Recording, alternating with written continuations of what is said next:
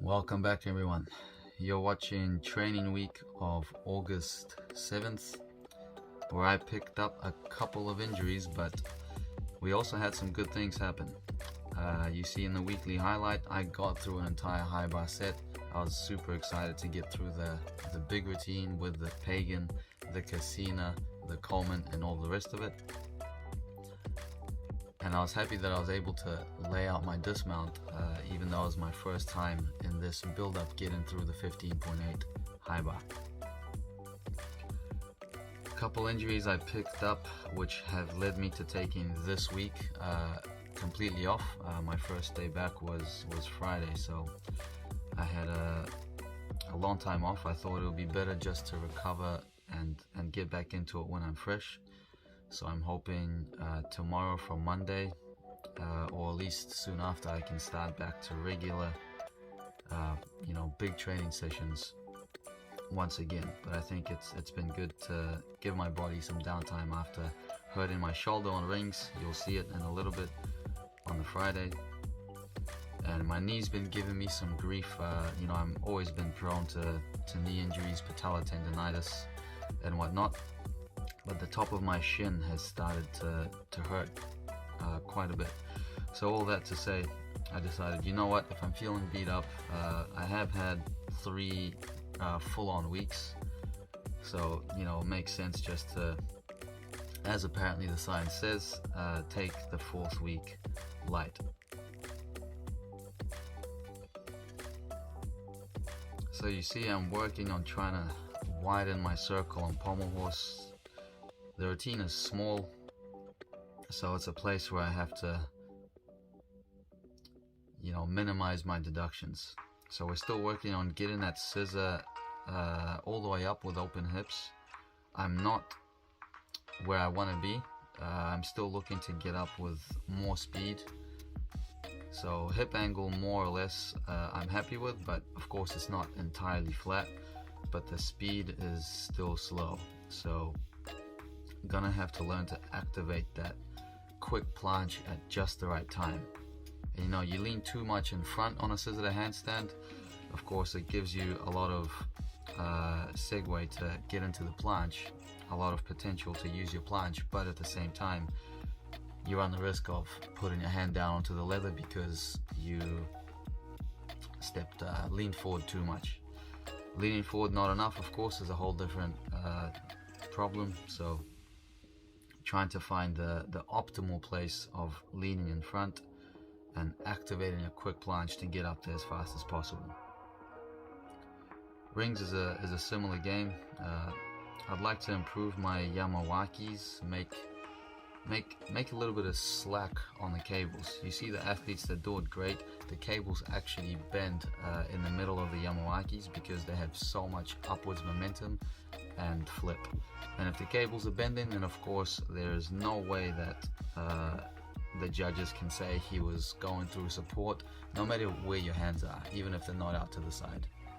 So best case scenario, creating a little bit of slack on the cables, but otherwise just increasing the speed of the somersault as much as possible. And I wonder if that's the reason why I messed it up on the Friday, because I was focusing so much on increasing my speed. Vault, of course, I'm keeping in mind to try to keep my training towards the sticks. So usually the way I approach vault is I'll sense whether my block was good or not. If the block is bad, I'll know I'll have to either abort mission and pull out of the double twist, or really have to pike down. So first things first, I have incorporated some stack drills on the vault. Just I think it might be this week actually, when David came up on the Tuesday. So just to work on getting a little bit more power out of my block. There was a time I worked a lot of stacks, but stacks was the only thing I worked, and I could do, especially in the Ohio State days, I was doing a Yurchenko layout to about 20 to 30 centimeters above vault height. But whenever I went to flip the vault onto a regular surface and twist it, that block would never translate. So I understood that you can't just do one or the other, you have to do both. Now that scissor I'm pretty happy with, but still, obvious use of strength. So anyway, I decided to only work twisting, and now I think it's time to start incorporating a bit of both. Do the block on the stack to maximize how much energy I'm putting into the block, and also do the twisting equally as much, so that I get a good balance of block, but also somersault. P-bars, my goal is to be able to get through a routine with no 0.3s, only 0.1 deductions. And that's a massive goal to have, but if I'm not shooting for it, what am I doing? P-bar difficulty is somewhat competitive to the top, most of the top of the world. There's a couple outliers, obviously, with start scores pushing the 7s. So with just the base 16.2, relatively competitive. Could add a couple things in there. Could add giant Makuts, for instance. And there is a secret skill that I'm working on. I started working on something new. I don't want to reveal it just yet. Maybe I'll reveal it on the Patreon soon, but it's only in its initial stages, and it's really surprising why nobody's caught on to that skill until now. So I'm gonna keep on doing a little bit of work. I haven't really touched on it in a couple weeks now, but I'm kind of looking forward to seeing if I can get it, maybe even by the World Cup circuit next year. I'm assuming it's going to be a D, because there's a variation of that skill, not to spoil too much, but there's a variation of that skill which is a D. Let's just say it's in the opposite direction. That's as much as I'm going to say. You might be able to figure out what it is just from those words alone. So don't fret here, I didn't hurt myself on this day. It was the Friday that gave me grief. And I get up and finish the rings routine on the Friday, and I finished a whole mock comp, which goes to show, once you cool down, that's when you start feeling the injuries. So here's my first time doing stacks in a long minute. So you see that I'm quite good at just flipping off the vault. But that's been the problem. The problem's been that whenever I twist more than a full twist, I lose a lot of my block.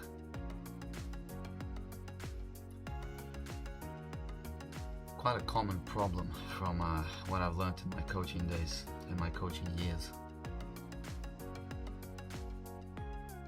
So let's see how P-bar went. You see David Colvin supporting me in the background there. Really looking forward to traveling to Belgium to the World Championships with David, and hopefully we do a better routine than that. Let's see, round 2.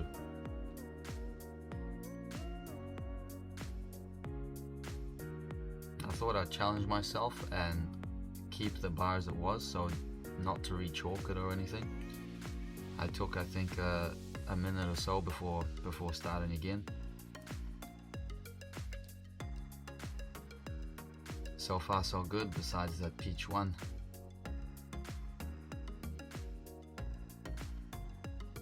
So what do you reckon? Was that a 0.1 pause or a 0.3 pause? Surely that was under a second. It was around a second, maybe slightly under. So now, of course, the new challenges is to do the peach, giant D-arm, and the giant one skill later, which means the grip is not quite as good. But I think a lot of it's mental. I need to just manhandle that bar, hold on tight, and get the job done. One area I am particularly focusing on is the peach to handstand. When I do it by itself, I can do it great. But in the routine, I'm always taking a few ones, or maybe even a 3, because I'm quite slow to rise up. There we go, look at that support. No, it's fun having David around. High bar. The day of destiny. The first caught Cassina probably since I sent that Cassina Coleman a while back. So that's just me warming up. Second Cassina was way off, so I wasn't really expecting to catch. But that pagan, oh, everybody knows I don't try and catch in my one touch, but man, if I had tried to catch that, would have been the perfect pagan. So I really can't wait till I get back on the bar to try to see if I can get my pagan that good. The extension, the legs together, everything was pitch perfect in that one. So obviously I tried to replicate that here, but the legs were a slight bit messy. Full scent to Cassina, didn't even look at the bar, just reached. Luckily caught it.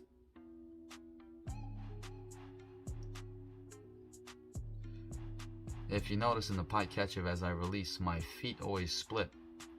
And I reckon it's because of all the years and years of doing straddle catcher. So something's twitching as if I'm doing a straddle. And then I'm reminding myself that, no mate, you're doing your legs together catcher. So that's something I've caught on to. Easy little 0.1 to get back. Now, how were the knees? Obviously I'm tired, but the knees are still good, so we've got gains. 0.1 hop. I don't think there was a 0.3 pike. Again, let us know, was that a 0.3 pike in the dismount, or do you reckon they'll let me get away with a 0.1? Worlds last year was definitely a 3 pike and a 3 hop and a 3 for the knees. So theme for the year has been that. And man, can you believe it's been an entire year already? It's pretty much been an entire year, and here we are again competing. Ideally the same high bar routine, except in the all-round game.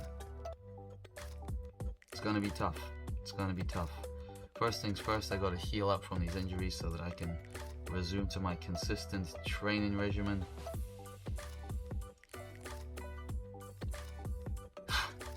Knees are wide.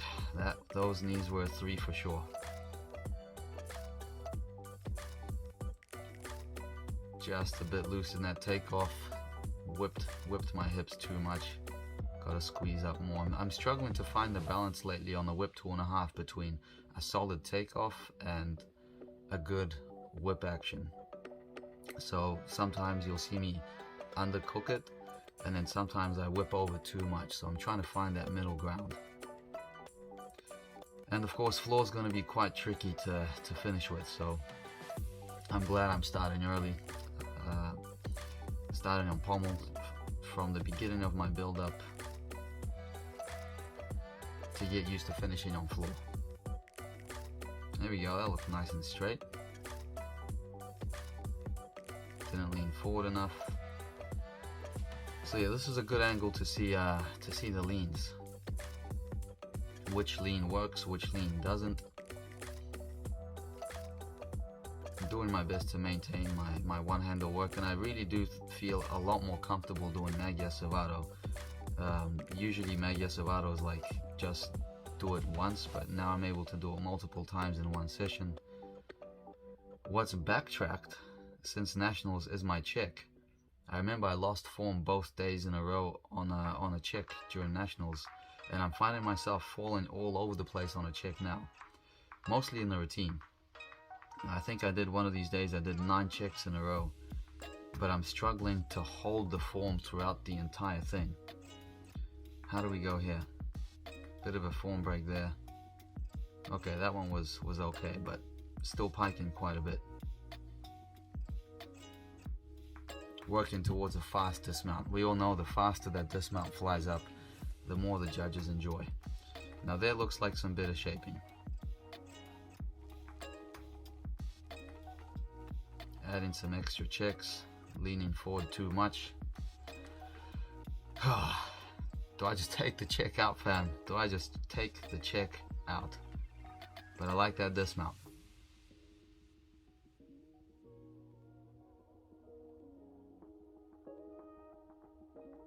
There we go. So we get the dismount and the check like that at the end of the routine.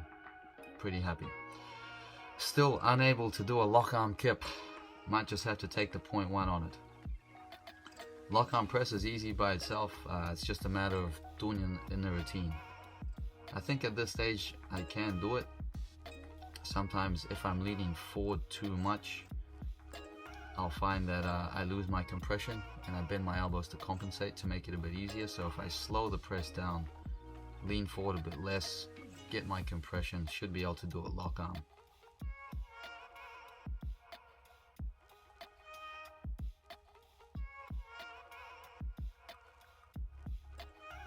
Working a bit of basics on the Thursdays.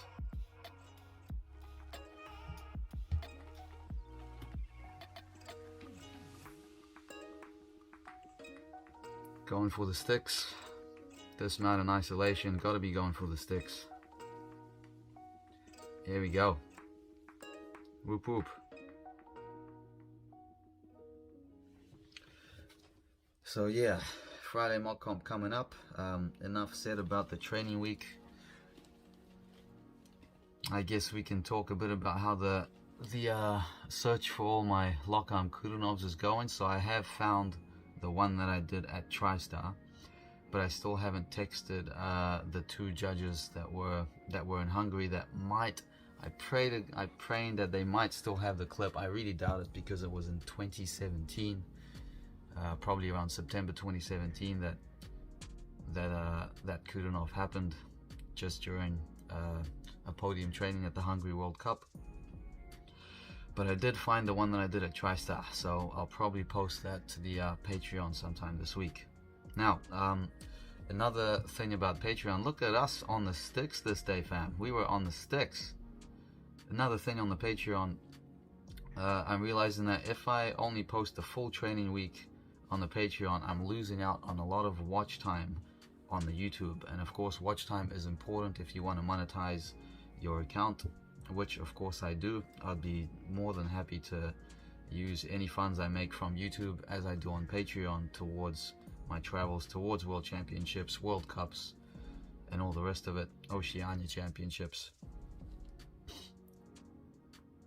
Man, I envy all those guys that can do like 4 World Cups a year and travel. But so far on the schedule, we are looking to do 2 or 3 World Cups next year. Hopefully Egypt is one of them. I think it's first in the World Cup circuit, so ideally that works out. Oh, we'll have to find out and see. For now, since I'll be posting the full training weeks to the YouTube anyway, throw some ideas down in the comments. You know, what else could I make on YouTube? There's the stick game. Stick game's pretty fun. I haven't done it in a while, so I'll probably be no good at it, but that doesn't matter. Look at that extension, fam. There can be technical breakdown videos, but you know, those take time, and I'm so busy these days. I leave to the gym quite early. I really don't have much time for myself, but post World Championships, things are going to settle down for a little bit. I'll have a bit more time. But help me brainstorm, guys. Help me brainstorm. What kind of videos could I make that might increase? One video is, boom, I gotta make shorts of videos like that. I think Ian Gunther and Core Young are doing an amazing job stacking up a big following. I know they're making some good money from YouTube as well, so I'm gonna try to study their videos a little bit, see what they're doing, and maybe incorporate some of their techniques into my work as well. So anyway, there we go though. That's the perfect opportunity to make something out of that.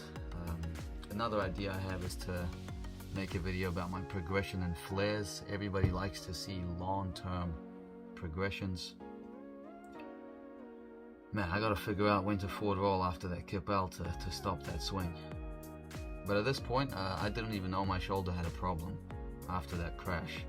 I was A-okay the whole way through, didn't feel anything until maybe the night of.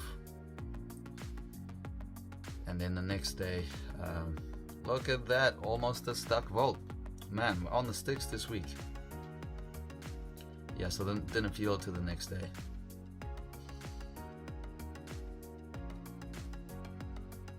Pivas. P-bars, I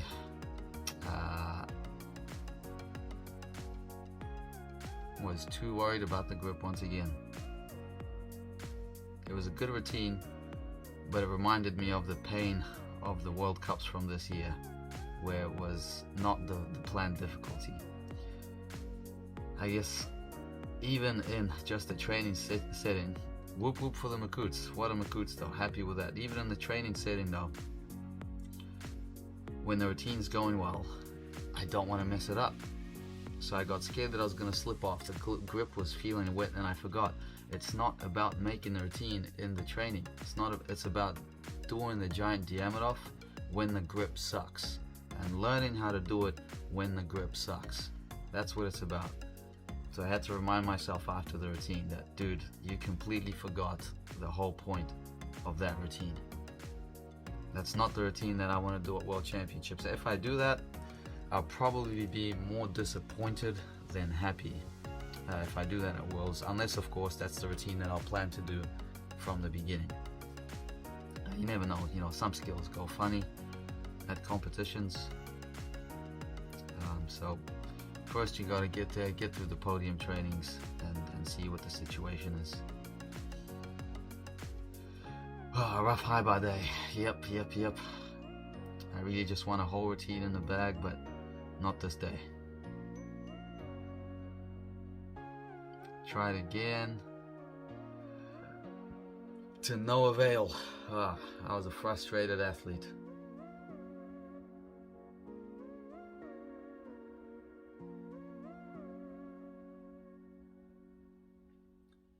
Good on me for holding my legs nice and tidy there though, but still I see that toe point. I'm pretty sure I was conscious of the feet in that pike Tkachev, but looking at the video, it still separates. So I might have to just do some work in isolation there. Get it feet together by itself first, then maybe in a sequence, and then in a routine.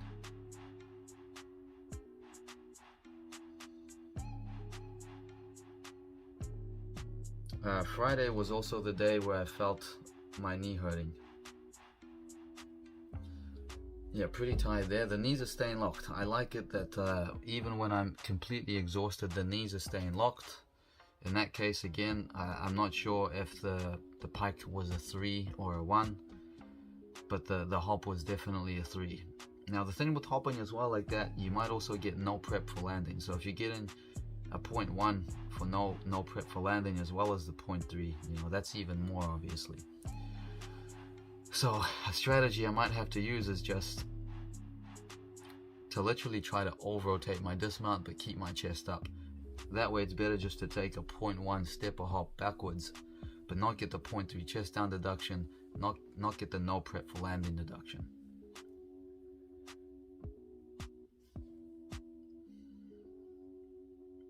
That's right. I came back to P-bar. P-bar did this first half without a warm-up, so it's a little bit choppy. But again, the grip was probably even worse than it was in the routine, because by then it had probably been about a good hour since I'd done P-bars. The bar had dried up, so I just did it. I did it once, and I was just committing to doing everything as best as I could with bad grip.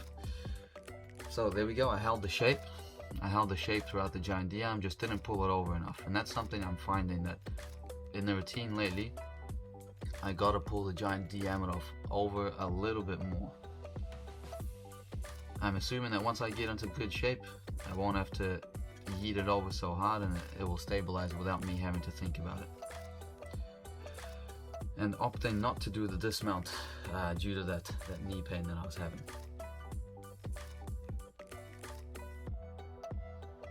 So there we have it. Bit of flares and a little bit of Wu Guonian, or Wu as we call it, work. We'll see that in a bit, just for some fun.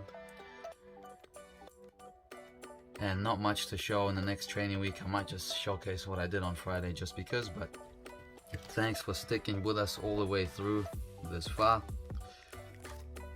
All the best. Talk Until next time, and please jot down the ideas for other kinds of YouTube videos down below. Cheers.